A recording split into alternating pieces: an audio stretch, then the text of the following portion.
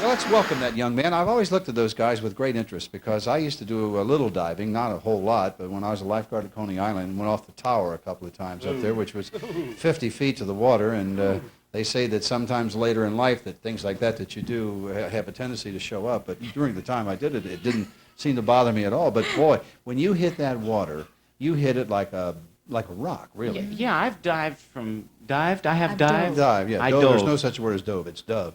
Dove. Yeah. I dove from 30 feet, but I ain't never dove any higher than that. Well, the first time I did that, you stand on that thing, and there used to be a lake up there called Lake Como, and you'd look at that thing, and what you were supposed to do was just to lean over and fall off of it, and you'd put your arms out into a swan dive and go down like that, and automatically your body would go there, and you would hit the water, and you should not bring your hands in until the last moment, and then you don't bring them in. You know, most people see it like this. You bring them in like this, because if you were to do this, like that, or if you do it the wrong way, you could spring back and break your back or your neck, or worse. Good. I mean, if you don't quite hit straight in and hit that way, goodbye, Charlie, I want to tell you. Is it true you used to be 6'7"? That's a scary thing. It really is, but there was a 10-foot board, and the biggest worry you had is, I am going to hit the board on the way down. Well, in Acapulco, where they dive, one of the places, there are rocks that stick out. And some guys have hit those, and we're going to talk about that with Tim McLaughlin, ladies and gentlemen, a high diver from Cincinnati and a young actor from New York. Hello, Tim. Nice to see you. Welcome home. Tim, you're a local young man from Cincinnati, or where'd you go to school? I went to University of Cincinnati and got my master's degree there. Also went to Elder High School. Rob and I are fraternity brothers. And I think you went to school. The torch burns, the hammer rings, right? I'm glad. I didn't know that. Sure. Nancy James said you knew her husband, Bill Phelan. Yep, Went to school. Bill and I went to Elder together. When did you start to dive? Were you on the diving team at UC? Yeah, I dove at UC. I dove in Elder High School. Was GCL champion a number of years. And then after I finished college at the university, there was no real place else to go. And I was training down in Miami, met a friend who had just gotten back from Greece, and he had done some professional diving. He said, how'd you like to do that? And I thought, sure, if you can go to Greece. Well, unfortunately, we went to New Egypt, New Jersey, and dove professionally there, but we worked in amusement parks like Kings Island. I've worked in Marineland. Like diving into a sponge? No. We dove in, 14 feet of water. We did springboard, platform, 100-foot high dives, things like that. And that's where I learned to do high dive when I was out of college. They had something like that at this past Ohio State Fair. They had some divers who performed several times during the day. When did you go to Acapulco and dive for the first time? Well, the tape that we're going to show was from 1974. That was the first time I went to Acapulco, and then this is a return engagement. I was over in Tel Aviv, Israel. I was invited to go over there to work with the U.S. high diving team. And while over there, my high diving, I got back in shape again. My high diving seemed to progress, and they said, we're having an invitational in Acapulco. Would you like to go back? And I said, sure. And what some people won't do for a free trip to Mexico. Right? Sure. And then when you get back home, you remember for days that you were there. Yeah.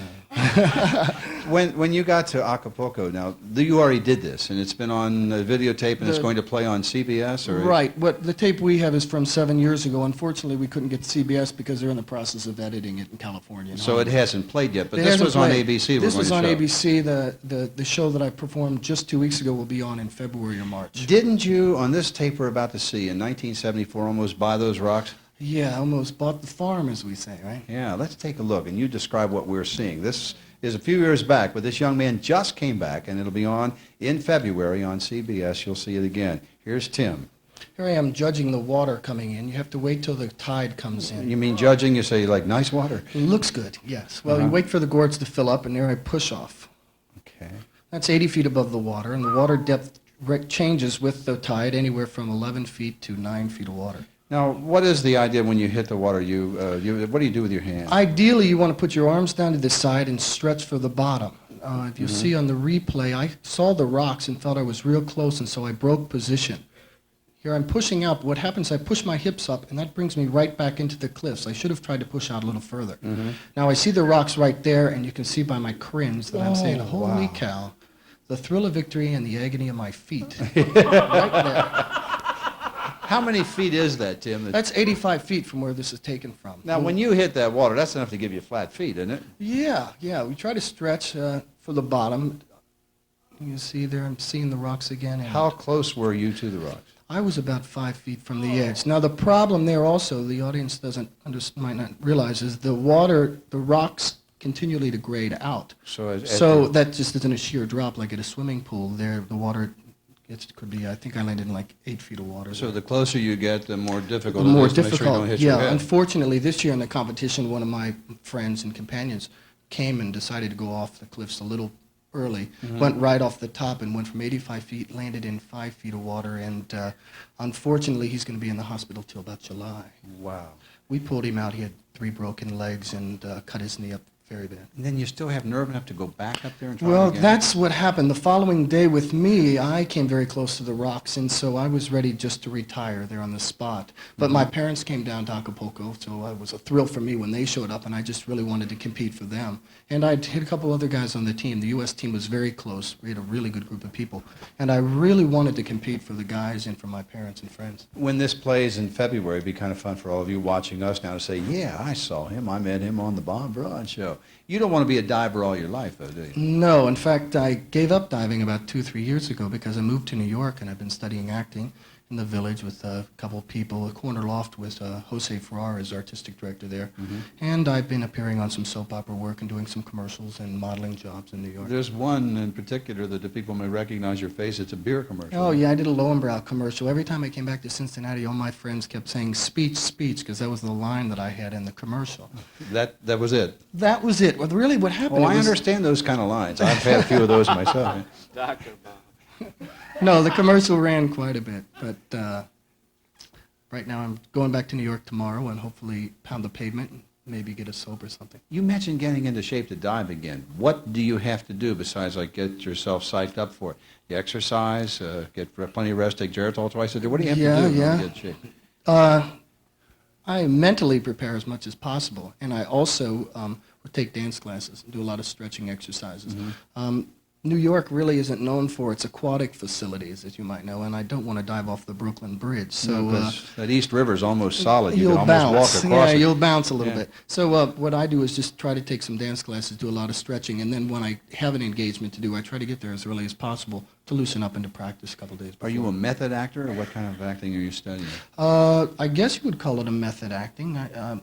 Somebody asked me what my motivation was once, and I said a paycheck. So You'll do well. He'll do all right. Yes, sir, buddy. Tim, you just home to celebrate Christmas with your family? yeah, see my family, see some friends, see some people at school and stuff. What's your master's in at school? Speech communication.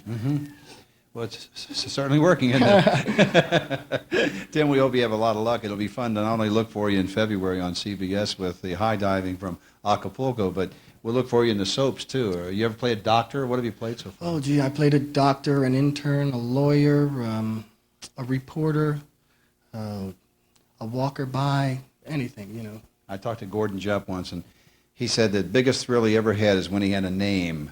Because when he first went to Hollywood and he played bit parts, he was man at end of bar, man standing by elevator, Yeah. man on corner by mailbox. And he finally got a part where he was Charlie. Now, Charlie didn't say anything. He said, but he at least had a name. Right. Charlie is sitting at the end of the bar. And he felt like he'd really accomplished I'd something. accomplished something. My name was Harvey, and I thought, gosh, can't you give me some better soap opera names? They're always Luke or Don or something. Rock. And Harvey, come Yes. Well, Harvey, we're going to make stars out of everybody in our audience right now. Harvey and I are going to sit here and watch all you. Are you ready, Ted? Okay, Buster. Yeah, well, my name, what they're doing to me is that my last name in a soap opera was Buster. Starting yesterday, actually, we'll be on half an hour earlier in the Hoosier State, so be sure you join us every day. On our next program, M.L. Harris will be here from our world champion Super Bowl bound Bengals. I'm a little optimistic, but I think they're going to do it. And also Ed Maruska. Tim McLaughlin, right back here. Is it you? Would you stand, please? There is a young lady who says she knew you when you were in school. What is your name? Carol Fischescher. Carol Stock. on. We went to grade school together. So now I have college, high school, and grade school. That's She great. told me that you hung around dives even then. She knew you were going to be a diver, That's Tim. She right. knew you were going to do it. Hey, Tim, good luck to you in New Thanks, York. Bob. I want to say hi to a lot of people in my family. I got a list right here of people I wanted to say hello Oh, very well, okay. to. Hey, thanks, Bob, and really thank you very much. Thank you, Tim McLaughlin, home for the holidays. Bob Braun, we'll be back tomorrow, same time, with more for you, and a big money call worth $5,100, and you could win a fur coat. Take a lively break and join us right here.